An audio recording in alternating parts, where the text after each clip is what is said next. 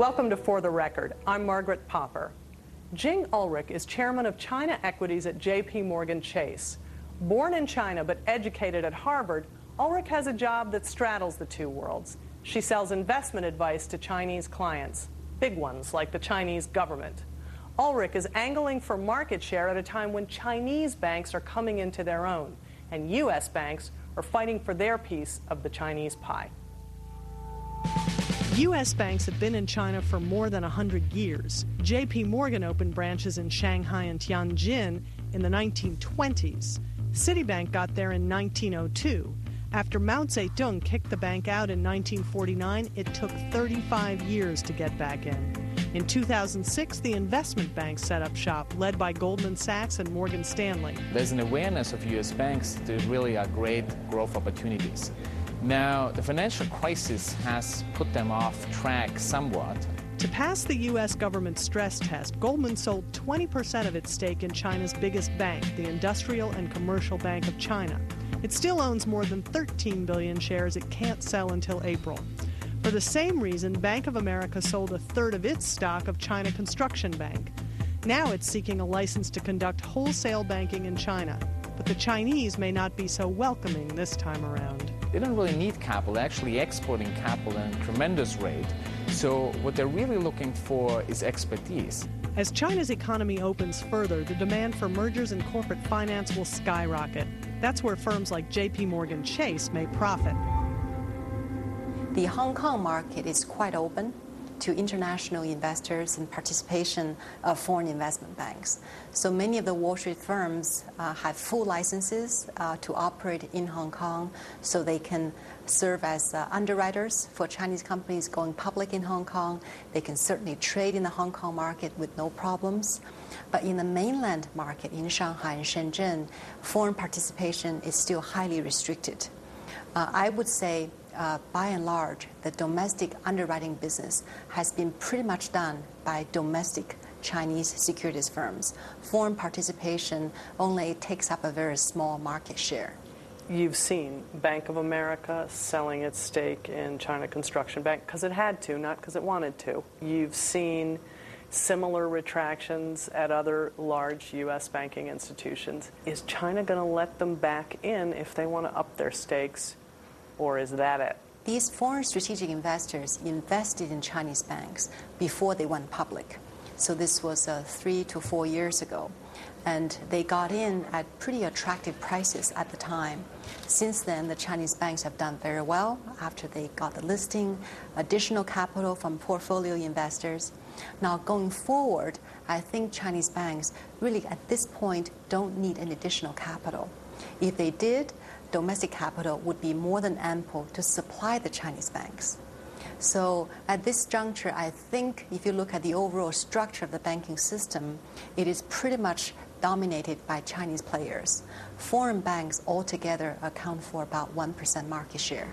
And it's going to stay that way, it sounds like. Well, going forward, I think foreign banks will be expanding their branch networks. They will be certainly seeking to do more underwriting business. Asset management firms are also expanding. A lot of them are China foreign JVs. However, I think foreign banks cannot rival the Chinese players in terms of penetration, in terms of the branch network. And J.P. Morgan's plans in the region? Well, we have 4 branches in China right now, in Shanghai, Beijing, Tianjin, and Guangzhou. We're about to open a 5th branch in Chengdu in the near future. There are a lot of underserved customers, both in corporates and among retail investors. We're also interested in tapping into the very high-end, high net worth individuals as well in China. Government-sponsored investment funds are becoming more active on the world stage as well. So overall, if you look at the whole banking space, there's huge amounts of opportunities that foreign banks can participate in. China's biggest banks have market caps of around $200 billion, double their American counterparts. But Chinese banks' net interest margins are lower than U.S. banks. That's the difference between what they pay to borrow money and what they get for lending it. Even so, Chinese bank stocks are trading at double the value of their assets, twice as high as U.S. banks. Do these Chinese institutions have the gas to justify that price to book? You know, Chinese banks are now among the largest in the world in terms of deposits, in terms of their market cap, and just in terms of their overall branch networks. Of course, ICBC, the Industrial Commercial Bank of China, is the single largest bank in the world. Now, if you look at the net interest margins of Chinese banks, the situation is very different in China compared to the U.S. because interest rates in China are set by the central bank. So in the last 12 months, interest rates have come down 5 times. The lending rates were cut more than the deposit rates. So Chinese banks' net interest margins went from 3.5% this time last year to about 2.5% today. But they're still very profitable.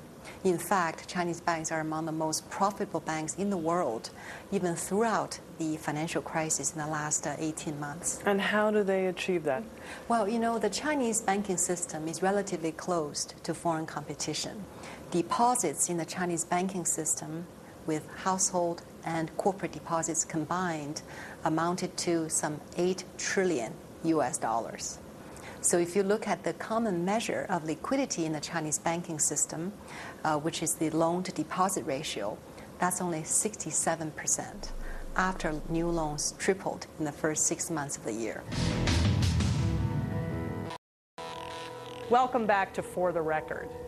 Ulrich says the Chinese economy is 60% bigger than it was just 2 years ago. The stock market is up 90% this year alone.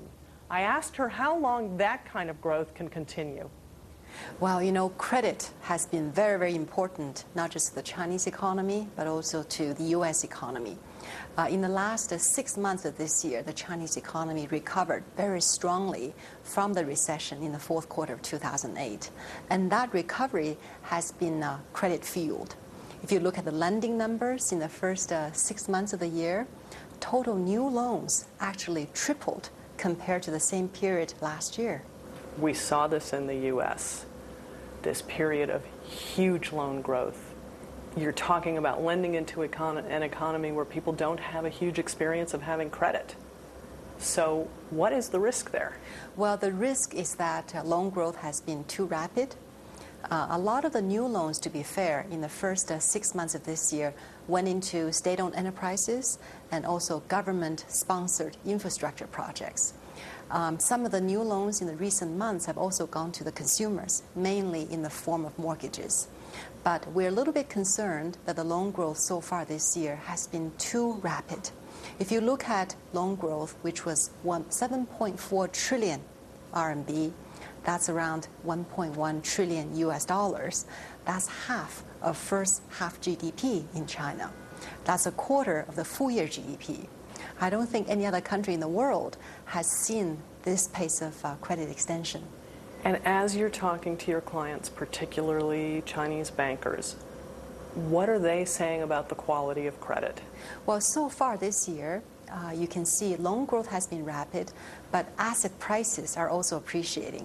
So in an economy where the growth rates are high, asset prices are also appreciating, you won't have problems perhaps until a later stage. How quickly are home values going up here?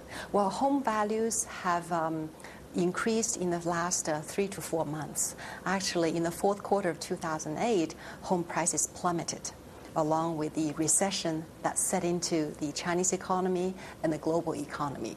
But since then, the Chinese economy has had such a swift rebound, lifting property prices. Transaction volumes in the key cities have reached record levels in the last month. Prices now are also at record levels. Is your sense that this is being fueled by speculation, or is this being fueled by a transition to a home-owning economy?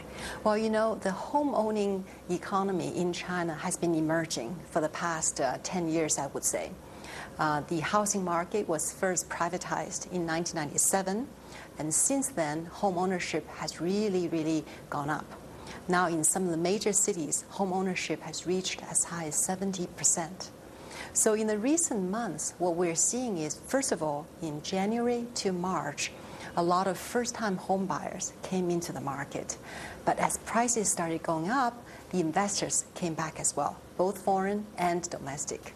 So you are seeing some speculation. It's not just home buyers. Well, it's not just home buyers. You also have investors who may be investing in the property market for perfectly good reasons.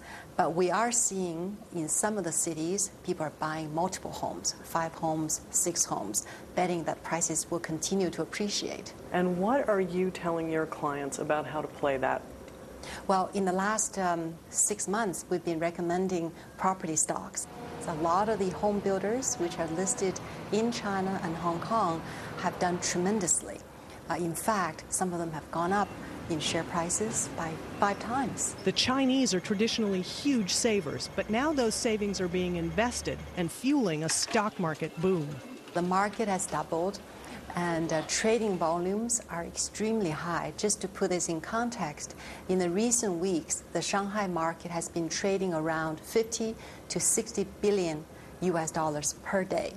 The Hong Kong market has been trading around 7 to 8 billion US dollars per day. So the trading volume in Shanghai is 8 times that of Hong Kong, which is really unimaginable previously. And you're looking at price to earnings ratios on average of around 15%. Is that right? 14, 15%? Well, for Hong Kong, yes, the price to earnings ratio is 15%. In China, it's much higher because the market has done much better. So the mainland markets, you have PE ratios around 25, 26 times on this year, on forward-looking PE. Do you look at that and go, this can't last? Well, you know, the Chinese market has had its ups and downs over the past 15, 17 years. I've been watching the market develop from, the day when the stock market first opened its doors. The Chinese market has always been more volatile than any other market in the world. PE ratios vary from 10 times to 60 times. Now, if you look at the more recent history, the index actually reached a high of 6,100 at one point. Now the market is at roughly 3,500. So it's still only 50% of its all-time peak. The Chinese government has some $2.13 trillion in foreign exchange reserves. About $1.3 trillion of that is in U.S. treasuries and agency debt. Does the Chinese government, as an investor, influence U.S. policy? Well, China has become more and more assertive in the recent 1 to 2 years in the international arena, not just with Washington, but in international forums such as the IMF. China clearly is very concerned about the potential debasement of the dollar, a surge in inflation that obviously would lead to a depreciation of the U.S. dollar, given China has lent 1.3 trillion U.S. dollars to this country. However, things don't change overnight. It is very difficult for China to diversify its foreign exchange reserves. China has been incrementally buying more gold. China's current gold holdings amount to some 1,054 tons.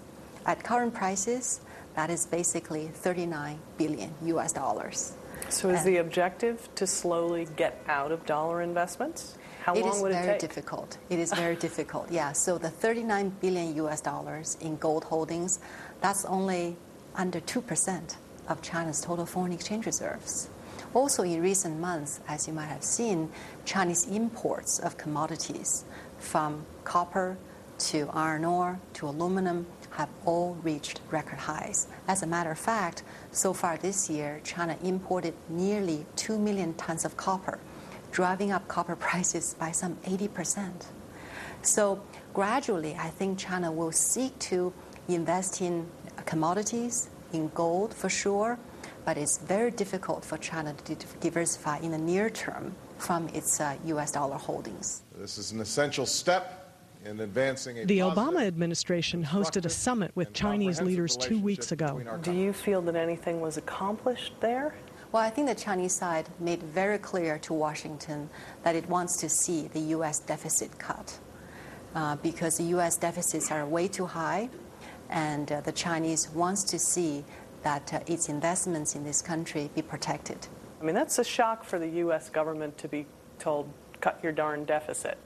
Well, I think the politicians have realized it is important for the economy to improve on a sustainable basis. Deficits need to be cut, savings rates need to improve.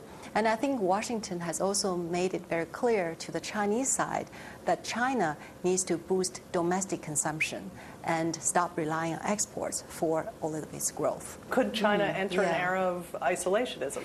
No, I don't think China will go back to 40 years ago, 50 years ago, when it was very much an isolated country. China now is the single largest exporter of merchandise goods, bigger than Germany now this year.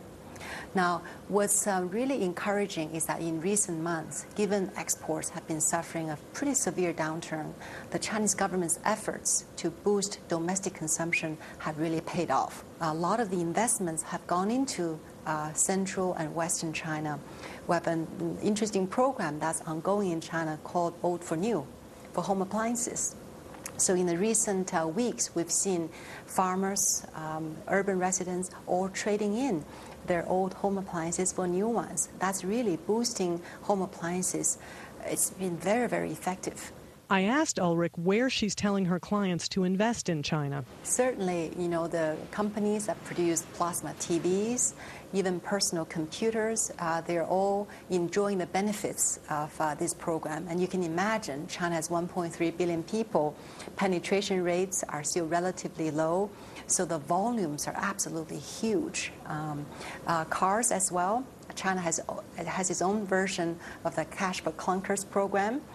So far this year, China is the single biggest vehicle market in the world.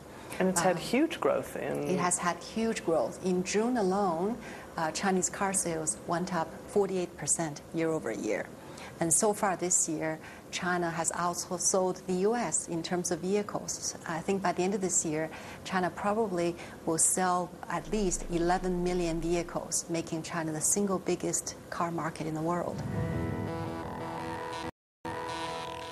The Chinese save about 40% of their income. That's 8 times what the average American saves. And it's got to change if China wants to unleash its consumers.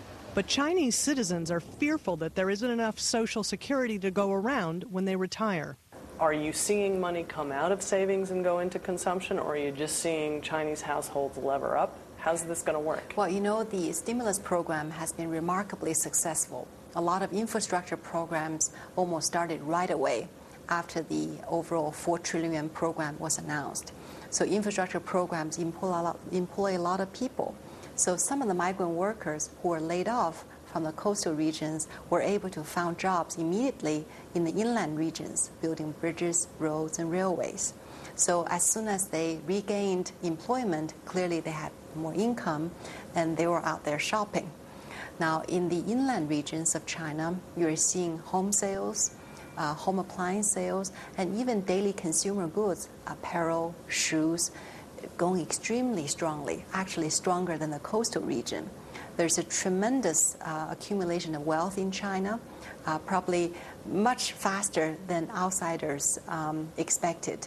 So going forward, I think the growth engine for China will be twofold.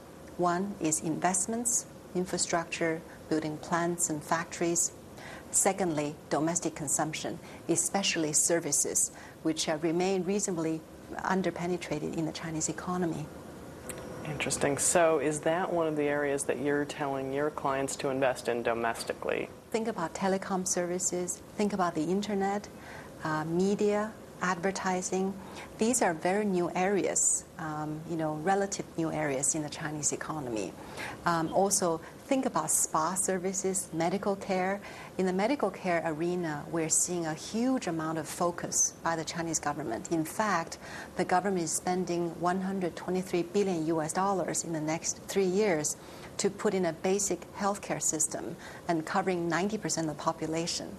Beijing also pledged to have universal coverage for every single person in China by the year 2020. So medical services, medical equipment, hospital services will remain a high growth area for China in the years to come. Part of the reason that I understand Chinese savings rate has been so high is that The Chinese felt that Social Security couldn't take care of them. You know, the high savings rate in China is due to several reasons. Certainly, cultural reasons play a bigger role, as well as the general concern for lack of a social welfare system.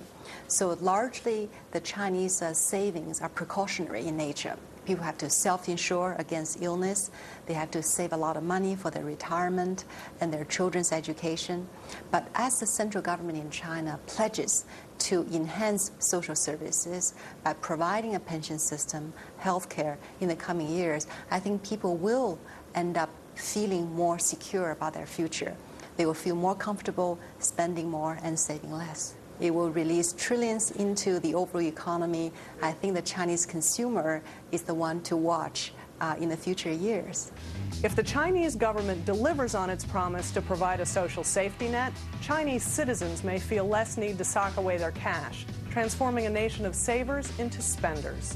That'll unleash trillions of dollars into the global economy. Jing Ulrich plans to be there to help direct the flow. For the record, I'm Margaret Popper.